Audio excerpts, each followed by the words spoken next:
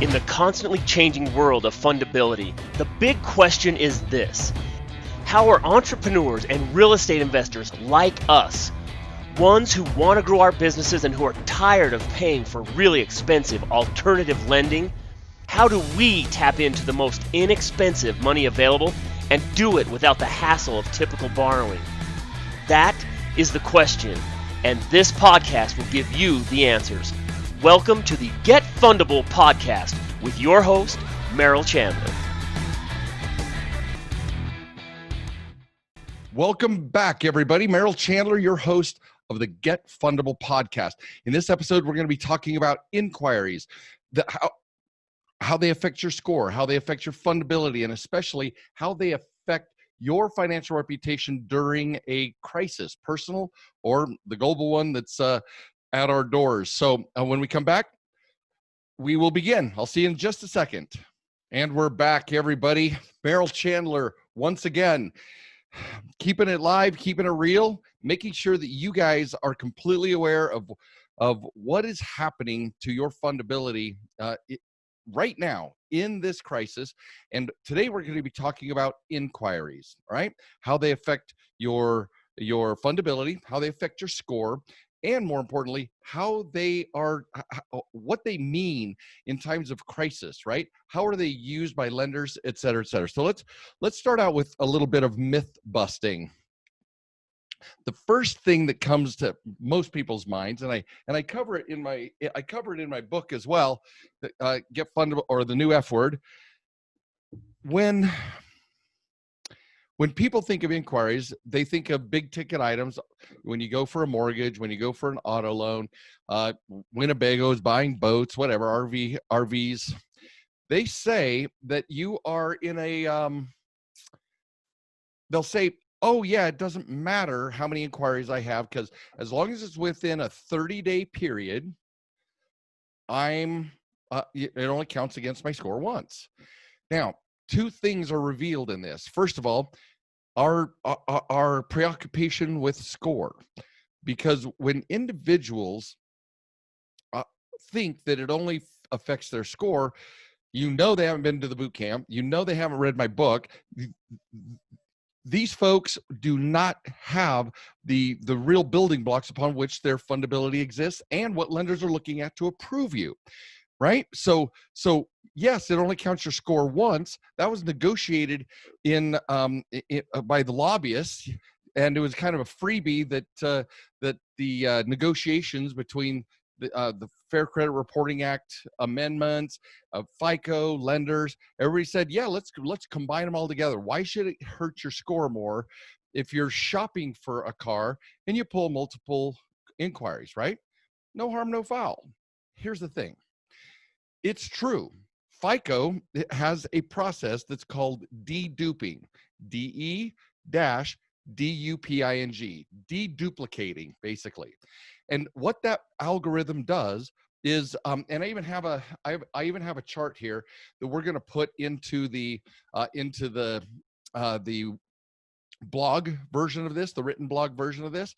But it says, let's say you get an inquiry for a mortgage and it's on day 0. We're just going to count day 0. If it falls, then let's say you get a second inquiry and it's a mortgage inquiry.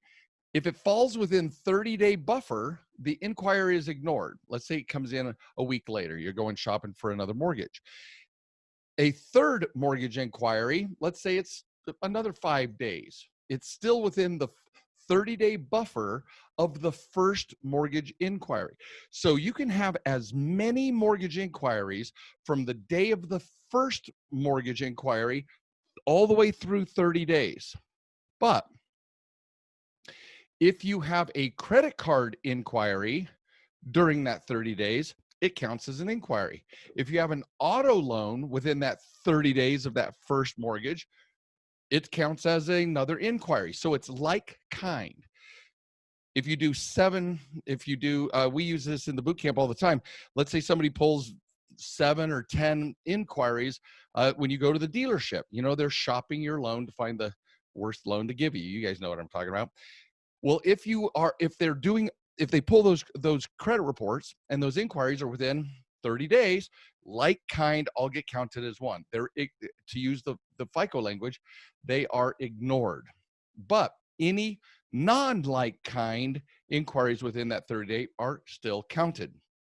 The other thing is if you on day 31 or day 32 or anytime past that, if you get another inquiry, it starts that clock over again. You have a new mortgage inquiry. So you'd have one at day 0 and no mortgage inquiries count all the way through day 30. Day 31, 32, or 33, if you get a mortgage inquiry, it starts the clock at day 31, a new mortgage inquiry, and any after that for 30 days no longer count. So this is called deduping. We got to make sure we understand what that means when we're calculating how we're using it. But here's the problem. We've been led to believe that this is it's the only thing that matters. And it's not. It's not the only thing that matters. In fact, it's the least thing that matters, because we're not trying to save your score. We're trying to save your fundability. We're trying to make you fundable, okay? And so whether it's deduped or not, the misuse or the misinterpretation of how the deduping process works is going to ultimately count against you. So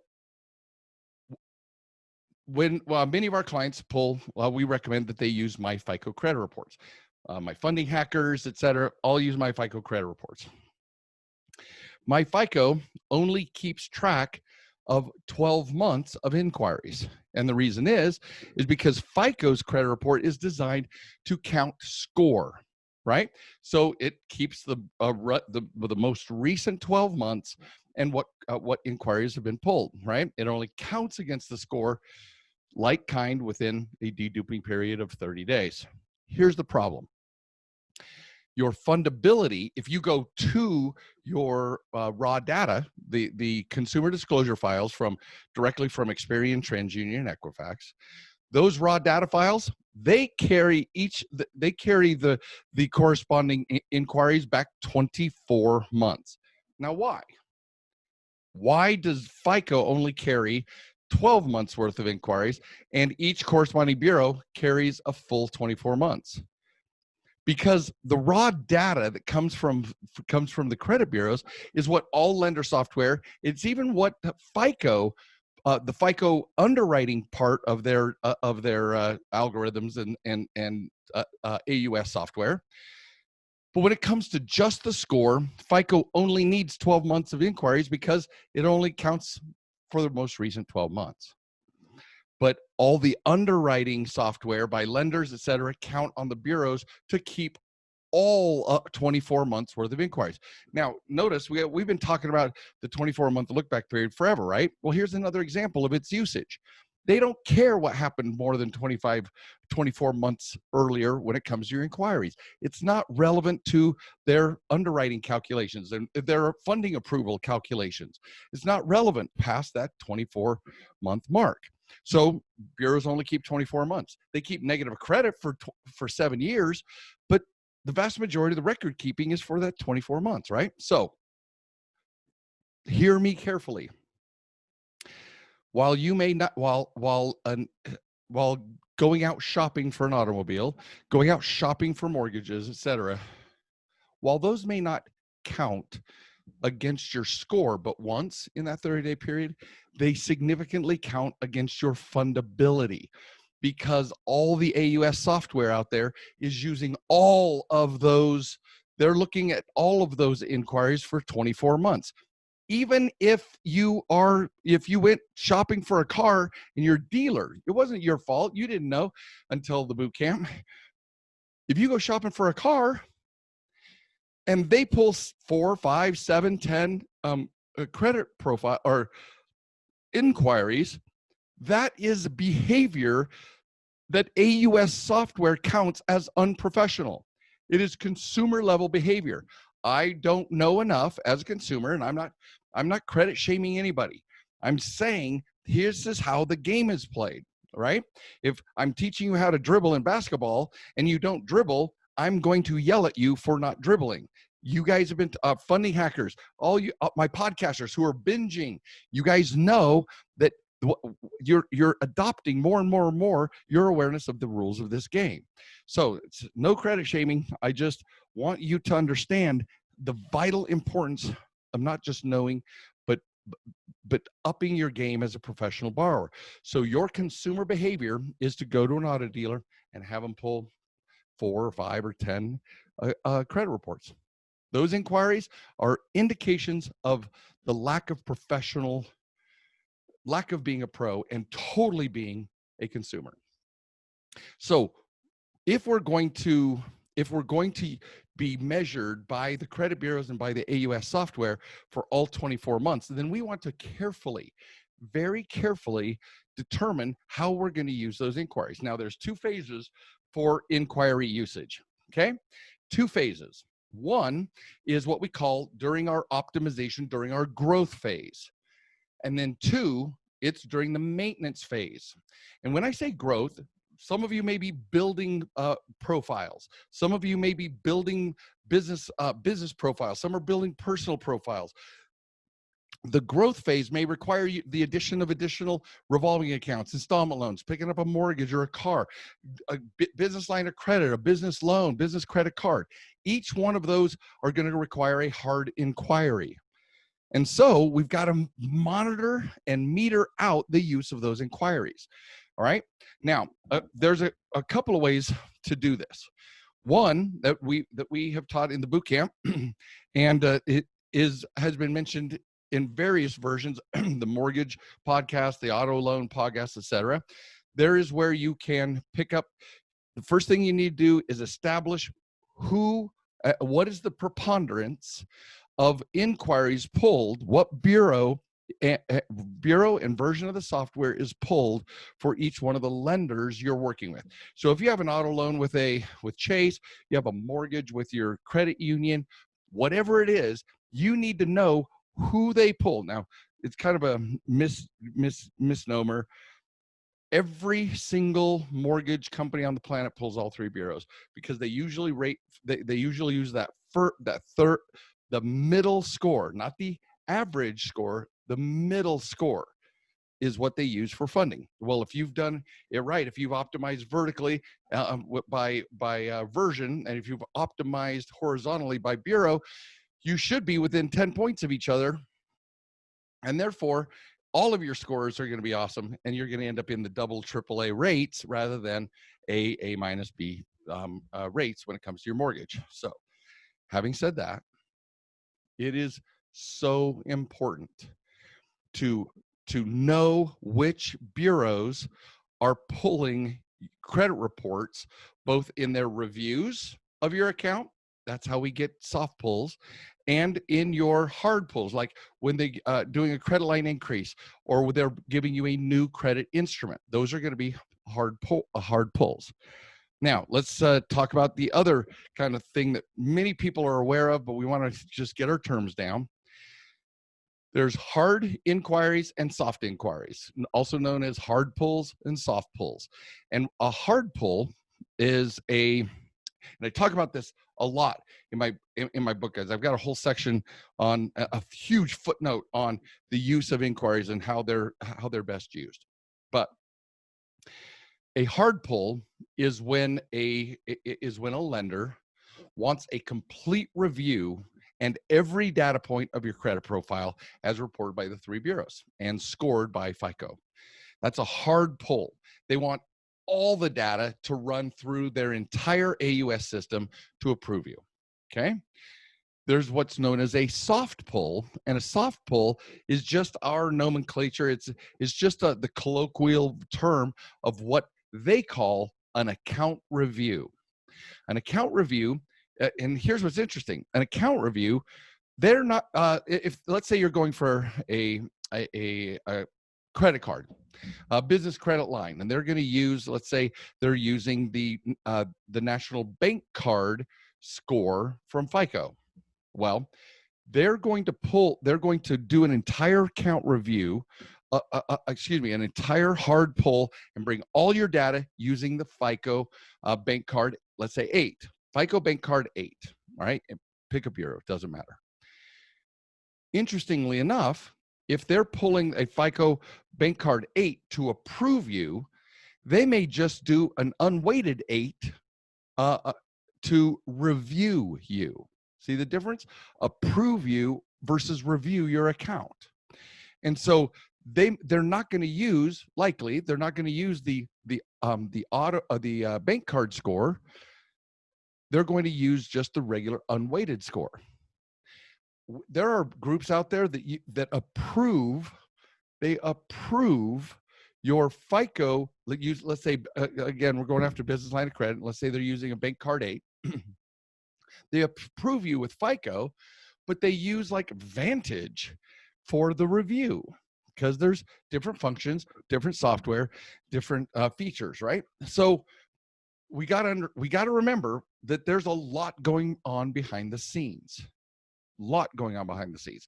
Now, one of the key things that if we've done our fundability strategies, implementation, implemented them correctly, then it is likely that you can get approved for a loan, get approved for a credit line or a credit card, and then 6 months later, use a soft pull for an account review. And if your performance data is firing on all cylinders, they'll approve you.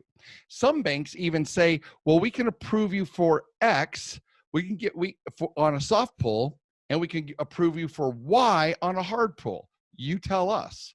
And then we coach our clients on which one to use depending on what their optimization strategies are, right? But they'll tell you, oh, we can approve you for 2,000 increase or a 5,000 increase, whether it's soft or a hard pull.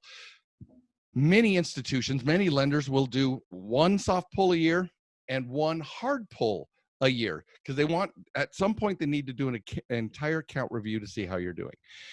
Then there are promotional inquiries. We won't get into promotional inquiries. But by the way, soft inquiries do not report on your, like my FICO advanced credit profile. They will show up in the promotional section or the account review section of your consumer disclosure files. So if you want to see, there are so many account reviews going on, and if they see shaky territory, let's say they do an account review and they see that you're not paying your 15 days late on your Chase card, but you paid yours on time, they very well may do a hard pull on you to see how you're doing. So how does this fit? The key of this is how it fits in personal financial crisis as well as global financial crisis. The use of inquiries is measured insanely carefully. They know if you're pulling a check cashing inquiry. They know if you're trying to qualify for a title loan on your car. Each type of lender is graded by FICO. So not only is there a tier 4, which is the junk stuff that we recommend, because this is why I'm holding this in Funding Hackers, because this isn't common knowledge, and we share on the inside, right? But you may be rejected for later credit down the road because you were getting inquiries at a check cashing or a finance company, or if you're fishing for money, we're going to get hit, guys. And every time you ask for money, except for Aunt Mabel, every time you ask for money from any commercial or retail location, FICO knows it and scores you. So in this build phase that we've been talking about, ultimately the perfect profile has only 2 inquiries per bureau, 1 per 6 months. So in a year, only 2, no closer than 1 per 6 months. That allows for an auto loan every few years. That allows for a refinance and allows for credit limit increases or acquisition of other loans.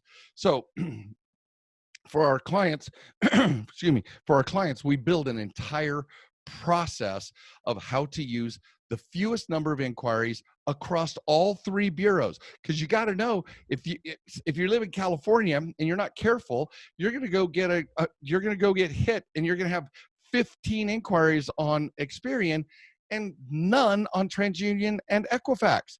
No bueno. We don't want to do that. That's not what we want to do. So inquiries are a powerful way of becoming unfundable if you don't know what you're doing. So make sure that you do everything you can. If you haven't done so already, sign up for coaching. And if you want to, and coaching, by the way, we're telling everybody that for right now, coaching. If you pick up coaching, any one of our coaching packages has the Momentum Mastermind. The 8-week Momentum Mastermind with me is going to be included in your coaching package. So check it out. Make sure you guys are on board and creating as much fundability momentum as possible. Oh, that's weird. So it's Momentum Mastermind, so we can have fundability momentum. All right, guys. My name is Merrill Chandler. I absolutely love binge the podcast, binge the every single thing that we are publishing here. Make sure that you know all of these principles so that you have a leg up in your fundability. You guys have a spectacular rest of your day. Tell me what you think in the comments, and love you guys. Be safe. Bye now. Thank you for listening to the Get Fundable podcast. Please leave comments because Merrill would love to read about your aha moments from this episode.